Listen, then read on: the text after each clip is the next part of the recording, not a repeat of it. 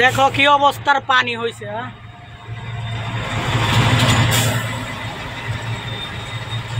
এটা তামিল কা লাড্ডু গেল, ঠিক আছে। তামিলদের গাড়ি ওই যে উপর দিয়ে বড় ছোট গাড়ি যাইতেছে, আর বড় গাড়ি সব এই পানির উপর দিয়ে যাইতে হয়। কি একটা অবস্থা। এই যে চিনাবদা যাইতেছে, পাগলা। এখন আমি নামাই দিব গাড়ি, ঠিক আছে। ওই যে শাওয়ালে রাস্তা ঠিক করছে, যেখানটায় বাজায় পাথর এনে দেয়, ঠিক আছে। আমি এখন কিন্তু পানির উপর দিয়ে যাইতেছি, সামনে আরো বেশি আছে পানি অবশ্য। আর উপরে ওই যে রাস্তা ঠিক করছে, মেন রোড হবে ওটা। অন্ধকারের মতো পানি নিচে যাইতে হইতেছে, ঠিক আছে। কোন জায়গায় যে কেমন, এই যে দেখেন পাম অয়েলের গাছ, ঠিক আছে।